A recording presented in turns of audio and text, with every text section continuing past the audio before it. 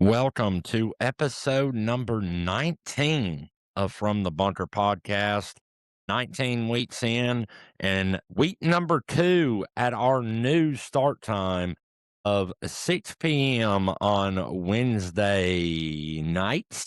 Here we are from the bunker, baby, and we're back with another banger. I want to give a big shout out to Lauren Peter for coming on last week, played 5 years at the Ohio State, now chasing her way to the LPGA. And a little update. Actually, I'm recording this on Wednesday, this intro here. She qualified. Miss Lauren Peter qualified for a Epson Tour event through a Monday qualifier this Monday, and will be going to play this weekend on the Epson Tour. So y'all make sure to follow along, see how she does, go to her socials, show her some love, root her on. I'll let her know that we're all rooting for her. So y'all make sure to go show her some love. Before we get into it, as always, this episode's brought to you by none other than the great Four Golf Apparel. Head over to fourgolfapparel.com. Use code FTB80 for that big old 15% off, the biggest discount in the game. Four Golf Apparel, guys, is high quality gear that's made for the average golfer, the average dad that goes out and plays golf on the weekends and wants to look great, but on a budget. And that's what Four Golf gives you guys. They still give you that top tier, high quality product. Okay, I promise you, I've got half of what they offer on the website. Every bit of it is top tier. If it's not, I'll personally handle it for you. But I'm telling you, it's top tier. Go over to fourgolfapparel.com. Check out the prices on this stuff, guys. You're getting $100 quality shirts for $24, okay? $40, okay? Hats for $6, hats for $20. Go over there and rack you up a damn wardrobe for the 2026 season for golfapparel.com. FTB80 at checkout, 15% off. Go check it out. All right. Arnold Palmer Invitational was this past week. It's over and done with. Our boy Akshay finally got a win. And I mean, I am happier than crap. Wins in a playoff against Daniel Berger. Okay, he gets a 4. Berger gets a 5. What an epic performance. I'm so happy for Akshay. He's had a great start to the year, a great showing in TGL. Really, really impressive. Sleeper for the Masters. So let's roll over to this current week that we're at. We got the Players Championship, TPC Sawgrass, Pete Dye Design, Island 17. We've seen some great outings there. JJ Spawn last year. That's going to be a hard act to follow. Let's see what happens. Roy McIlroy, will he play? Will he not? I don't know. Back spasms, maybe, maybe not. We don't know yet. That's what I know. So there's that. Haven't mentioned yet that back on March 8th, John Rahm wins the Live Golf Hong Kong event at 6 under par. I'm sorry, at 23 under par with a 600 on the final day. Won that by 3 strokes. Shout out to John Rahm.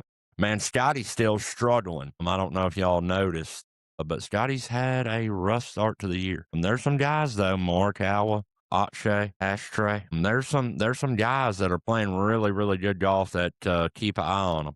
Keep an eye on them. The Players Championship's going to be a good event. Can't wait to watch that over the weekend. It's my birthday weekend, and I'll actually be out on a Pete Dye Design, and that's kind of cool. Didn't really plan it because of the Players, but once it dawned on me, I was like, oh shit, that's kind of cool. Like, I'm going to be going to play a Pete Dye Design course while the PGA Tour is playing one of Pete's courses. So that's kind of cool in my book anyways. If you want to show me some love for my birthday, one or two things. One, you could like, comment, subscribe, unsubscribe, resubscribe. Go follow us on Spotify. Go follow us on Apple. Go follow us on Amazon. You know, any of that or all of that in a comment and all that great stuff. Watch a couple episodes fully. I mean, if you really want to give me something for my birthday, that will work. If you don't want to do that and you want option 2, when you've made it this far, just go over to fourgolfapparel.com, use code FTB80 and make my day a little better. You know what I'm saying? Birthday's Saturday, March 14th. Y'all drop the happy birthdays down in the comments. I'll be self-conceited for a second. Okay, we're done. Want to give a big shout out, guys. You know, I've been wanting to put something together for this wall behind me to give y'all something better to look at behind this ugly ass head while you're watching this incredible podcast.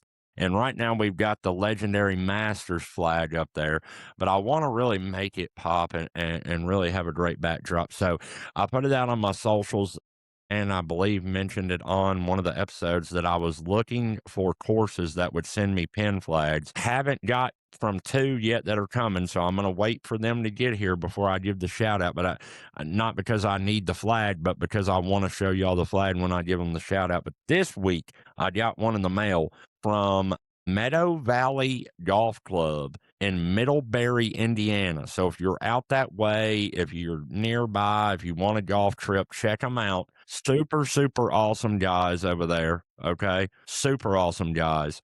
And they sent me the pin flag. If you're watching the video, I'm showing the pin flag right now. They sent me the pin flag that'll be going up on this wall when I get the other ones. And they also sent me a Bad A Nike pullover that I had on last week in the intro. So big shout out to Meadow Valley. We got a banger for you today, guys. Editing this thing was absolutely incredible. I was texting them, telling them, man, this is a banger. So y'all are in for a treat here. We've got 2 of the legends from the Smash Factory on. Smash Factory still one of our top performing episodes ever. Episode number 11. If you're looking for it, go check it out if you haven't yet.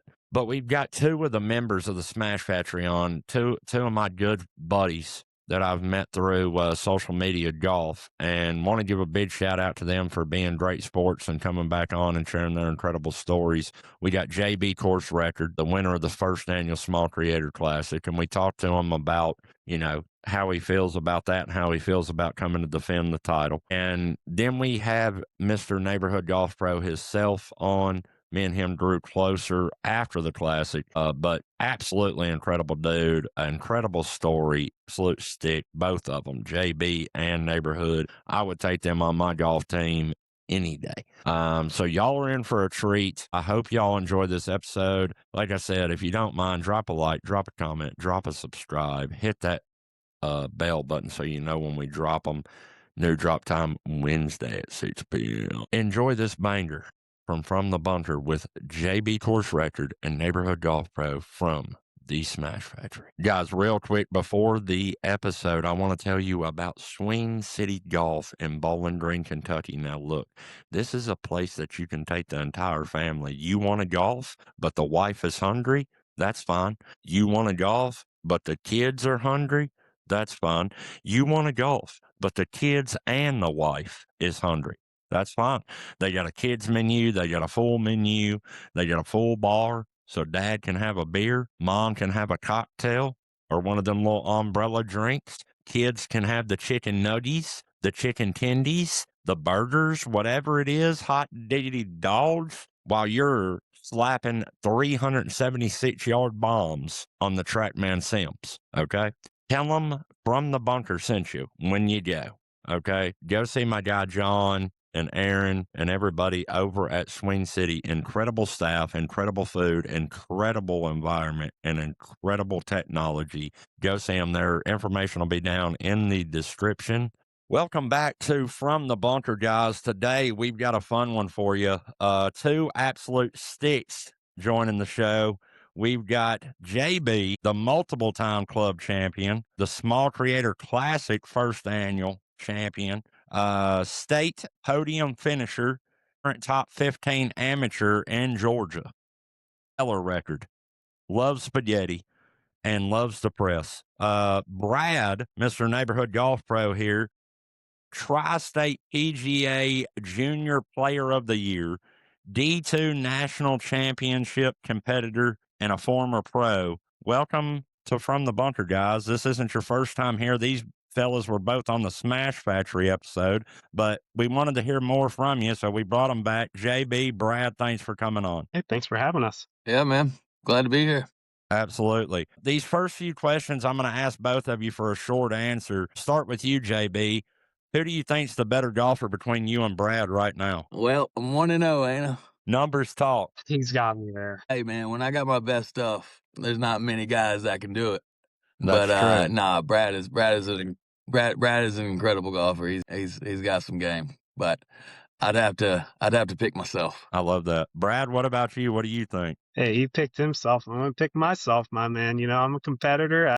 I can't pass myself up on that one. I love the competitive fire, boys. You kind of just answered this, but if you guys had to play tomorrow, money game, no strokes, who's winning? He's been getting a lot of snow, so I don't know how much he's been grinding. I've gotten a lot of better weather down here, so I've been playing a little bit. I'm gonna go with me again. Okay, you asked me earlier who was a better golfer. I'd said, of course, I'm gonna pick me, but I've been snowed in for a month and a half, so I probably wouldn't play him for money right now. I heard that. And I just feel like JB's one of those guys that's in, when money's on the line, he's just playing like a different animal, too. You know what I mean, Brad? He probably plays in a few more money games than you do. You gotta press, man. You always gotta press.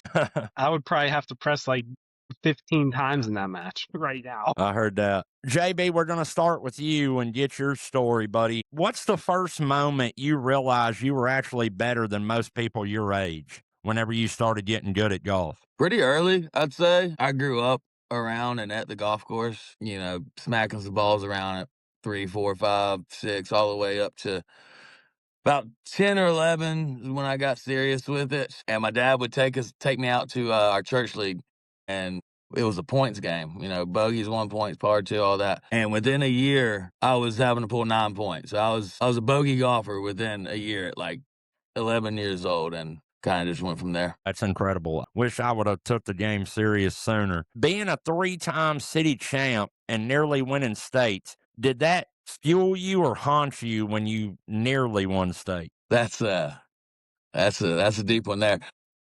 We had some controversy on the 16th hole, and like you said, it haunted me, but it kind of fueled the fire a little bit. So still got a little beef with somebody. I'm not going to drop any names right now, and that was a long time ago. But I still got a little animosity with some individual. But I mean, if I would have won it, one state, I would have been on a completely different path of life. A lot of things would have been different.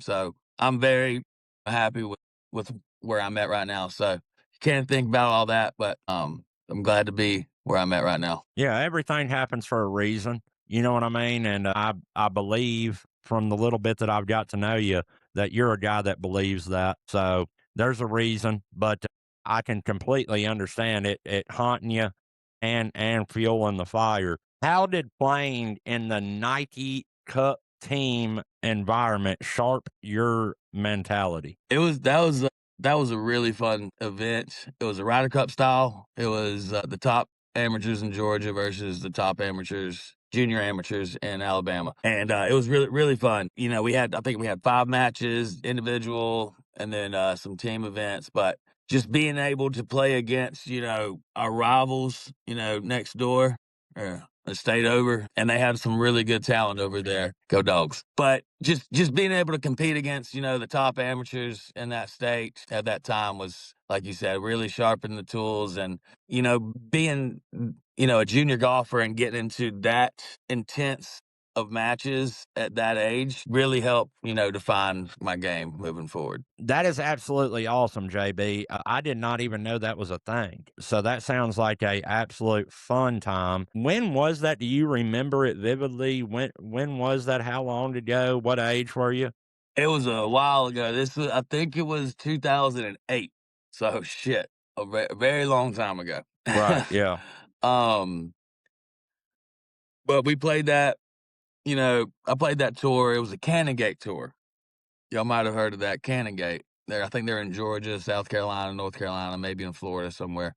But yeah, I remember it pretty vividly. I remember specifically the last round, the last match. It was me and my buddy Corey Griffin. He was a hell of a golfer. Me and him, we were the 1 and 2 spots, and we went up against the 1 and 2 slots for Alabama. And the last event was a scramble, 2-man scramble, and both teams went par. We started par, and then the last 7 holes in a 2-man scramble, we birdied the last 7, both teams, and we had a ton of people out there watching.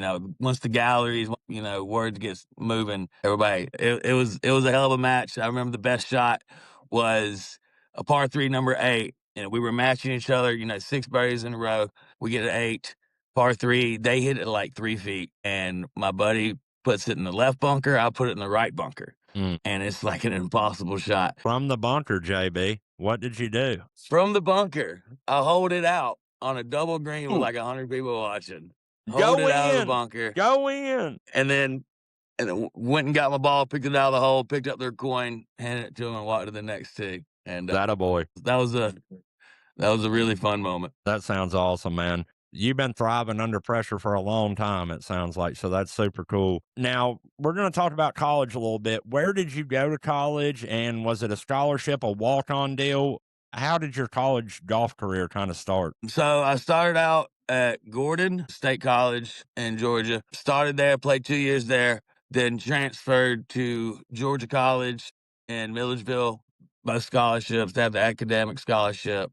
And when I got to Milledgeville, I started having a little bit of too much of a good time, I'd say. Still made the dean's list every semester. Not every semester, but when I got there, a couple semesters made the dean's list. And then as my dad likes to say, I got into fast cars and fast women. And we had a good time, but I don't regret any of it. We still played a lot of golf, had a lot of good times, made a lot of good relationships and lifelong friends. But yeah, started at Gordon, finished at Georgia College State University, graduated from there in 2016 with a bachelor's in management and marketing. It's awesome, man. I didn't take you as a dean's list kind of guy, so that's a cool bit to know. I can see where you're coming from on that. I mean, I love you. I'm not hating. I'm just saying, like, I don't think most No, I people get it. would I get it. think that. So when you went to college, JB, what changed the most when you went to college? What was the biggest change with college golf, I guess, compared to your junior golf days? The biggest change, I guess, just being away from home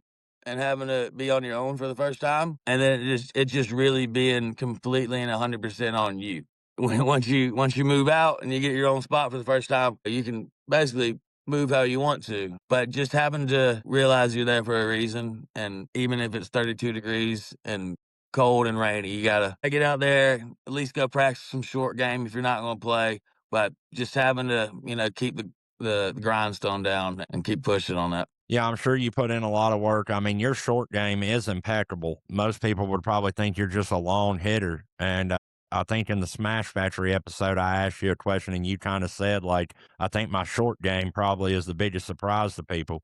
And just watching what you do from a short game perspective, you can tell you've been doing that for a long time. Putting, chipping, bunker shots. It's fun to watch. It's my favorite aspect of the game to practice is short game, chip and chip. I mean, give me a bag of balls and I'll be out there for hours. I love that. You've won club championships at multiple courses. Why do some players travel so well and some players don't? I guess you have to be a member at multiple places, obviously, and we kind of talked about that previously on this. But I think just being able to play the hole or the shot that's in front of you, that's the most important thing. It's just, it might be a different course, but it's still the same game. It's still the same swing, still the same shot. You just got to know where to put the ball, where to leave the ball, and try to make some putts. Absolutely. And I think another thing, going back to what we had just talked about with the short game, I think short game travels well. So if you're a player that has this impeccable short game like you do, it's easy to go easier per se than just somebody that's long and can get it up there, but might struggle a bit with their short game or not as confident in it as you. I think that helps you a lot going to other places too, just because you're so good with your hands. Definitely. You gotta stay sharp. But yeah, y'all know the game. If you're gonna have some days where you're not striking it the best and you gotta rely on your wedges and your flat stick. Some days you might not feel the greatest standing over the putter and might not have the feel for it that day, but you gotta rely on your long game and just try to hit the greens, keep it in the right spots. You've been playing golf for a while. I mean, you've been playing golf for a long time. Over the years, what part of your game has stayed the most consistent? I'm going to go with short game.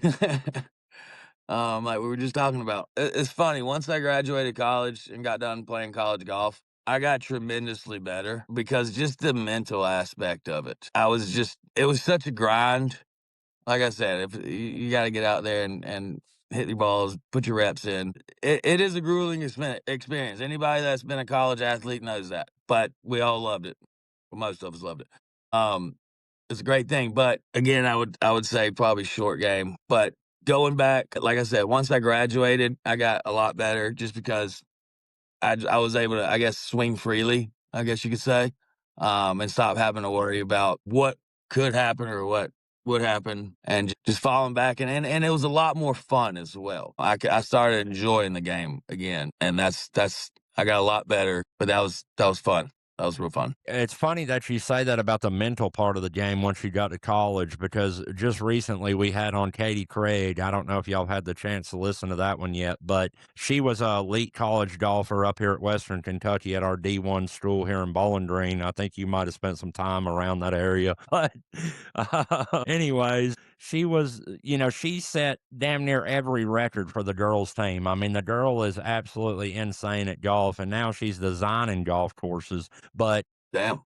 what's super cool is that she basically said the same thing with once she got to college. What her biggest problem was her freshman year was she did not know about the mental side of the game. And she went and seen a sports psychologist that's worked with like Keegan Bradley and some of these other guys. And he just changed her mindset and the way she approached the game, thought about the game, the whole 9 yards.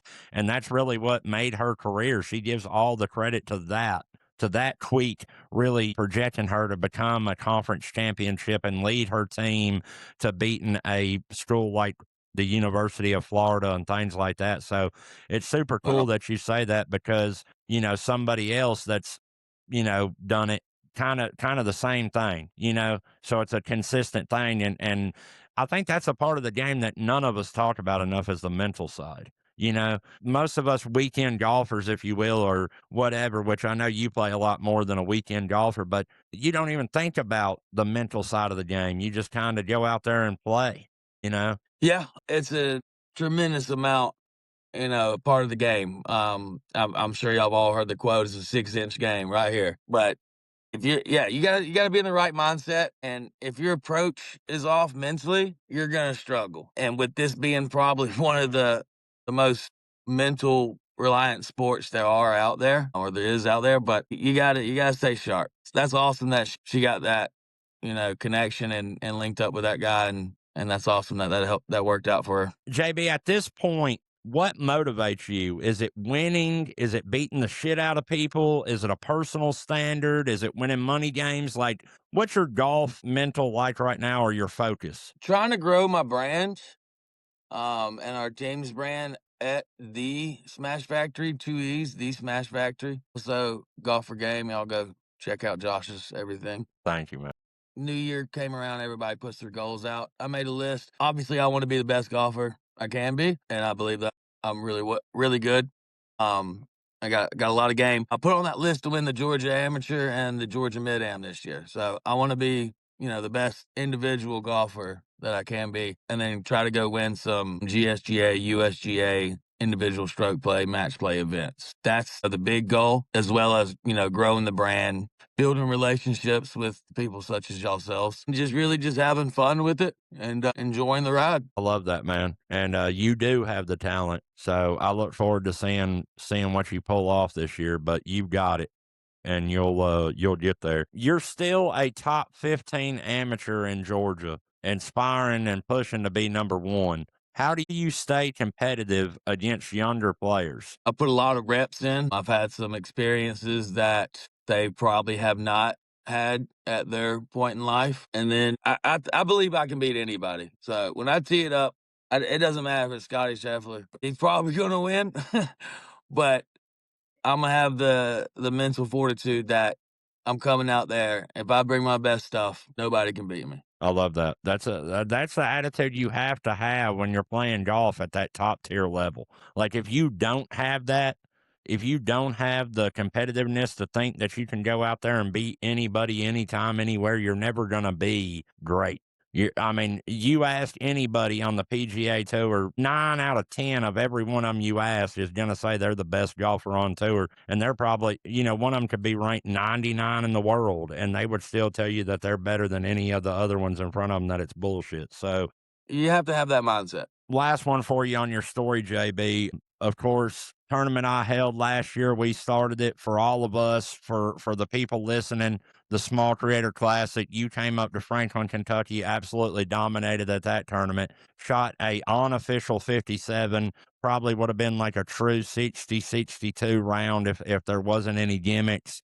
Put on a fucking performance, and really, really glad that you and Brad both, and a lot of that we've had on the podcast that were involved in that, and grateful for all you guys and being able to put this together. What does that win mean to you? And are you ready to come back and defend the belt for round 2 this year in 2026? That win was pretty cool. Kind of altered, my path in the content world. Being able to meet, all of y'all, that was a blast. Thank you again for putting that on. Yeah, thank you for being a part of it. That win was pretty fun. That was a good time. I had two of my close friends come up with me, and it was a lot of partying and a lot of golfing, and there's never too much of that. It was a really good time. I'm just I'm grateful for the opportunity and being able to meet everybody that I'm continuing to do this with. I love that, man. That's what it was for. That's what I say every time that I bring any of you guys on. That's why I love everything that y'all doing, not just because I believe in it and love where y'all's vision is, but the fact that the idea that I had was to bring people together and put people in a room that normally wouldn't be in a room with each other. And for something to come out of that, you guys don't know how fulfilling that is for me. So I appreciate y'all doing it. But everybody wants to know, will they see you in September for the second annual to defend the title? Yes. Yeah, I'll be there. All right. Love that. Yep. I'll be there. And for everybody listening, I press. Brad, aka Neighborhood Golf Pro. We're going to get a little bit about his story. Let's start out with this. We got a banger to rip it off. Bogey free 64 to walk on to a college team.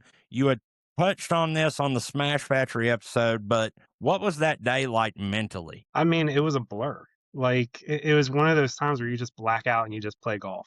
I mean, I walked off the last hole, and like, if you would have asked me what I did on hole 6, I would have been like, I have no idea. What's the scorecard say? That's like kind of the mindset I was in.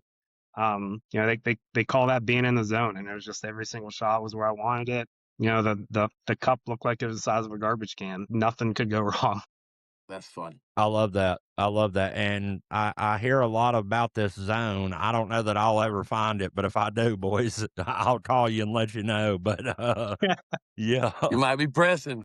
I know it sounds fun, JB. I don't know if I'll ever get there, but playing in a D2 national championship, how different is the tournament pressure on a championship level like that? Different enough to get you DQ'd on day 1. Whoa, we got to hear this story. Damn. Well, I'm a dumbass because I walked off 18. I signed the card and I handed it in, and we're standing around watching the scores go up, and I forget what I shot, but the score that was on the scoreboard was one less than what I actually shot. And needless to say, I signed for the wrong score, got DQ'd day 1. Still could play day 2, still could play day 3. So it wasn't a big deal. I still got to play all 3 days, but yeah, it's a different kind of pressure. It's a different kind of atmosphere. I mean, you've got people there watching, you've got scoreboards, up after a few of the holes, and everybody's telling you not to look at them, but you want to know where you're at. You want to know where your team's at. It's different. It's like a tour event. It's like what I'd imagine a tour event being. Absolutely. Yeah, I can imagine. There's a lot of pressure on yourself, a lot of pressure from the stage. I mean, would you have won that event had you not lost your day 1 score? It's tough to say, man, because I think, and I'd have to go back and look. I mean, I think I shot like low 70s day 2 and day 3. So I played some good golf. I mean, I didn't play great golf the first day. I helped out the team. When did you try to turn professional? So in 2016, that's when I played in the West Penn Amateur. and I shot 66 the first round. Now I completely fell apart this next 2 rounds. I shot like 78, 80, right? Fell apart. But I ended up finding out later that the 66 was one of the 5 lowest rounds in that tournament's history. And I had always been toying with the idea, like I've always wanted to do it. I've always wanted to pull the trigger on it. And I said, you know what? Like I've got the potential to do it. It's there. So what happens if I just commit myself and try? And sure enough, I quit my job and I went down to North and South Carolina, just kept going there and back every other weekend or so. And I'd play on like the mini tours, Coastal Players. I think I did G Pro, whatever I could find, PGA Monday qualifiers and stuff like that. And that was those 2 years that I did it was when I got like made the most improvement, because it was just workout, golf, practice, eat healthy, go to sleep. But Yeah. that's kind of how I got into the professional circuits. You mentioned playing on mini tours, doing that grind for 2 years. What's something that amateur players like myself don't understand about mini tours? I think you would be shocked to know that we ride in carts. Whoa, I did not know that. Yeah, the mini I tours, can you officially get carts. qualify to play mini tours. Yeah, but like some of them, if you bring a caddy, you don't get a cart. But some of them, if you bring a caddy, you can still get a cart. It's kind of like 50-50. I mean, it depends on who's organizing it. Yeah, But your caddy can't ride with you, right? depends on the tour. Coastal Players Tour, which was the one I was mostly competing on, they would, under certain circumstances, let your caddy ride with you. Like just depending on if the course had enough carts, like that sort of thing. So generally they could ride with you. Gotcha. That's awesome. Yeah, that is something that I definitely didn't know. Hardest mental stretch during your pro days? My man, I'm going to say it was right at the end. Because 2018 was when I blew my back out. And that pretty much ended the the mini tour run. And I I was besides myself because I was down for months, and like we were getting right. I was 3 events away from the tour championship. So I backed out of the first one. I texted the guy organizing. I said I got back out. I don't know about the next one. I don't know about tour championship yet. I'll let you know. Got looked at by the doctor. They put me on all kinds of like painkillers and stuff like that. About another week, 2 weeks goes by.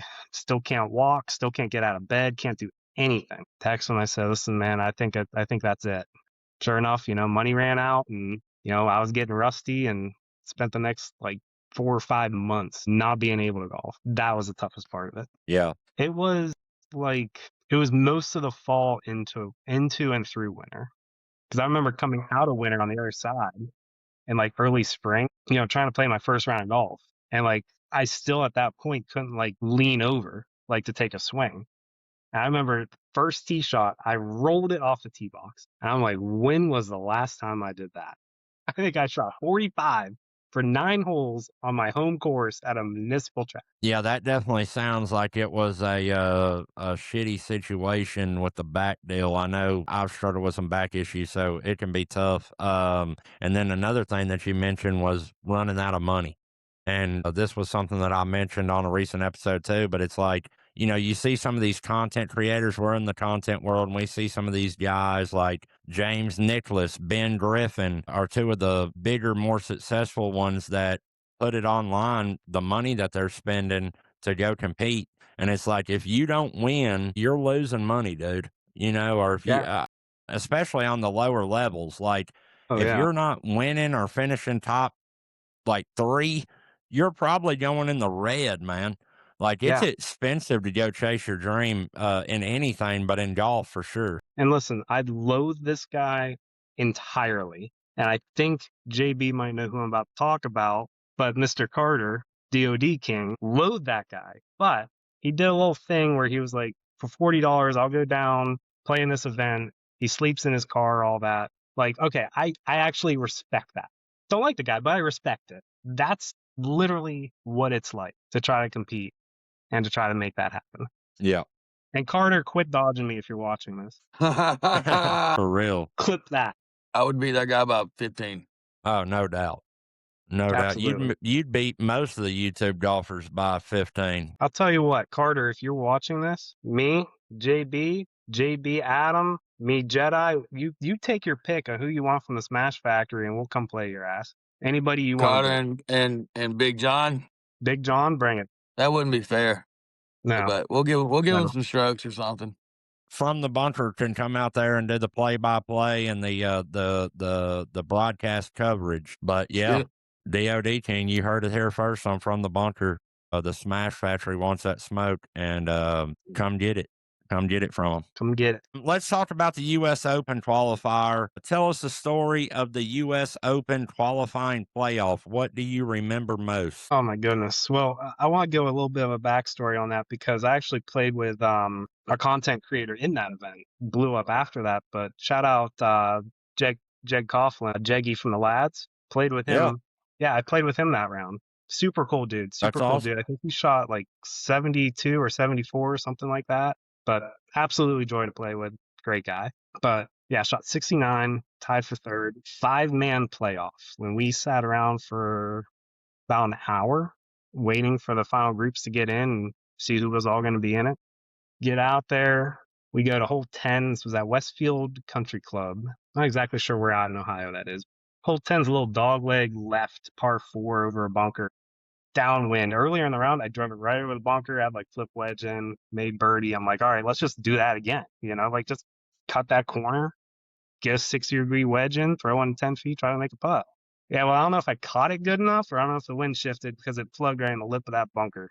It was probably 2 feet from clearing it. I'm sorry. 2 guys drove it over, 2 guys bailed to the right. They all knocked it up by the green, 2-putt, or got up and down for par, and all I could do was play it out pretty much sideways and try to get up and down from almost 100 yards out. Yep. I was the only one that didn't get an alternate spot or a spot in the next round of the U.S. Open qualifier. Damn it, Roy. Yep. Damn right. Do you have plans to try again? Oh, absolutely. Absolutely. Love Every that. single year I'm going to try. Love that. You've had a lot of close calls, Brad. A lot of tournaments that you could have won. Do they motivate you or do they torture you? I mean, both, man. It's those things where those close calls, man, you think about it for like months after that. I mean, that was years ago and I'm still thinking about it. Oh, I But I still want to guarantee go back and do it again. I mean, hell, I know that I beat myself up about what I could have done different on this one or that one just going to play. So I can't imagine what it's like when something like the U.S. Open or a college championships on the line. So I can.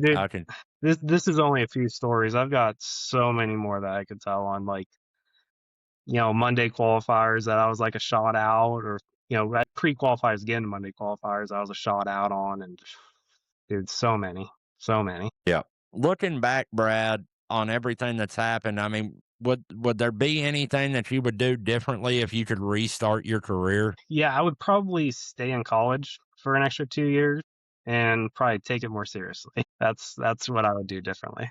Yeah. Love that. What part of your game was like at a pro level when you were competing, and what do you think was your biggest holdback? I would say like inside like 120 yards has always been like the best part of my game, and my biggest holdback is distance. I don't really hit the ball that far, but like I've got pretty much the rest of the game to go with it. Like my distance is like just out of like what I would need to be like to really compete at a high level.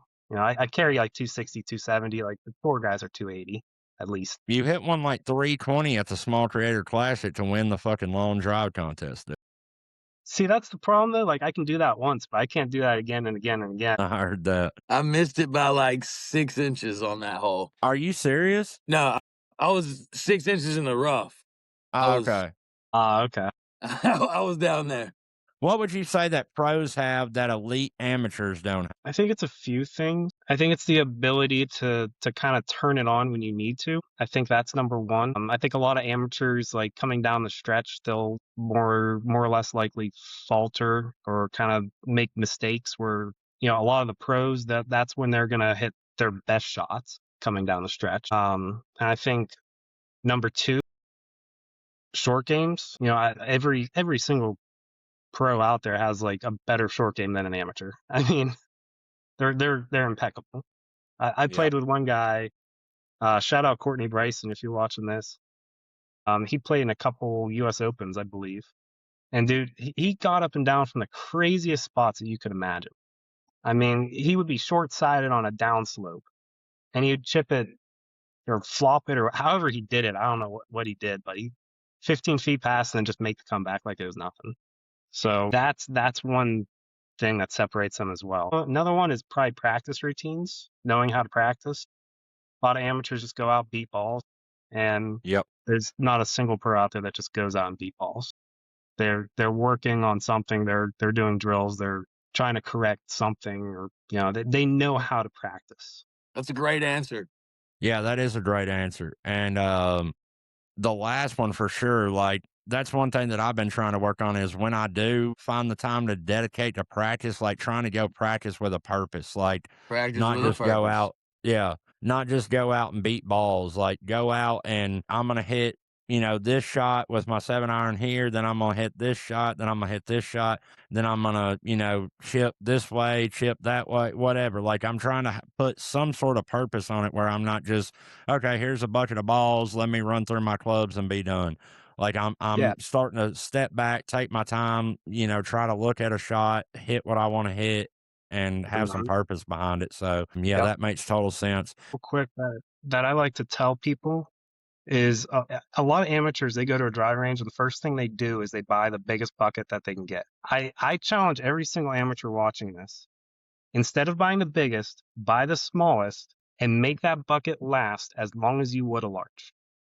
And see how much that benefits you. Because I guarantee that's going to benefit you more than just beating a whole large bucket. That's good right there. Yeah, I like that a lot.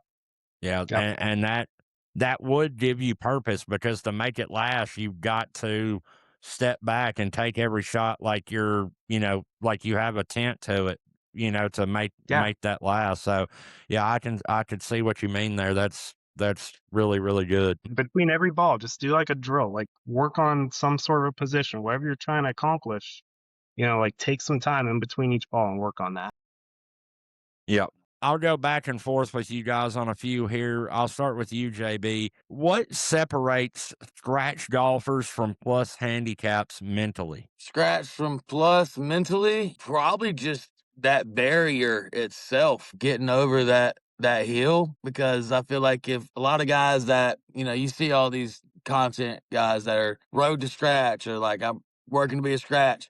Once you get down to the the lower single digits, it's just a mind game at that point. I feel like they think about it too much when they should just stick to a routine, stick to what they've been doing and getting better. And then another thing I would say is just being in that position as often as possible. The more pressure, the better. That's that you can fall back on or pull from a memory. And I've done this before. I have that where I can pull that from. But yeah, I would say just the mindset of it, and then just knowing that you're that good of a golfer, just you can get to a plus handicap. It's not that much different from going from a 12 to an 8 than it is to a 2 to a +2. What does Bryson DeChambeau say for He says working on play that? the red tees. Exactly. Yep. There's a lot of truth in that. Yep. There I is. like that. I like that a lot. Brad, I'm going to ask you this one. Why do some great junior golfers disappear as adults? That's a tough one. I think it's focus. I think what happens, I think a lot of junior golfers just get burned out. Whether that be because they're being pushed to do it or, because they work so hard at it. And then, like later in life, they're like, maybe this isn't for me. But yeah, no, that's kind of a tough one. It's not really a good answer for that. I don't really know what the true reason is why that happens. I got the answer.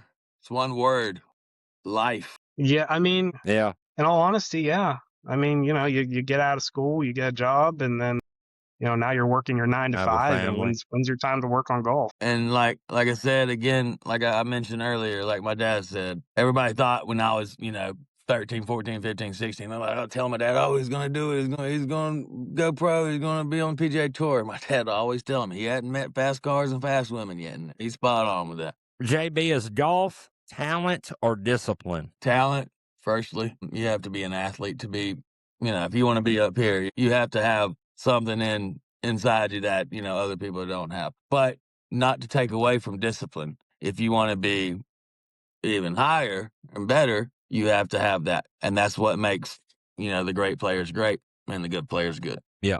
Yep, that makes a lot of sense. Brad, what's the biggest lie golfers tell themselves? Keep your head down. Keep your head down. Yeah, that doesn't always work, does it? Never works. Never ever works. No, don't ever try to keep your head down. Keep your head down. Your spine rotates, your shoulders rotate, your spine goes all the way up to your neck, up to your head. Your head's got to rotate through the ball, if anything. I mean, a lot of great players. Ernie Els, Annika Sorenstam.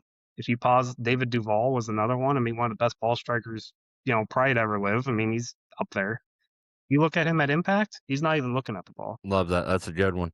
That's 3 good pulls there. Ernie, Annika, and David. That's 3 good pulls. Man's just spitting out legends. Brad, you sent me something earlier about speculation, or there's talks going on about some sort of YouTube golf tour / tournament deal. Talk to us a little bit about that and let us know what you're thinking about that. Well, I don't know like a whole lot about it, but I don't know if anybody really does. But it seems like Good seems to be trying to put together some sort of like a YouTube alternative professional tour. For like the best of the best players. You've got obviously the two. What is it? Sean Walsh and Brad Dahlke, which I do feel like should be a discussion on who the best Brad in content creation is, but that's a discussion for another day.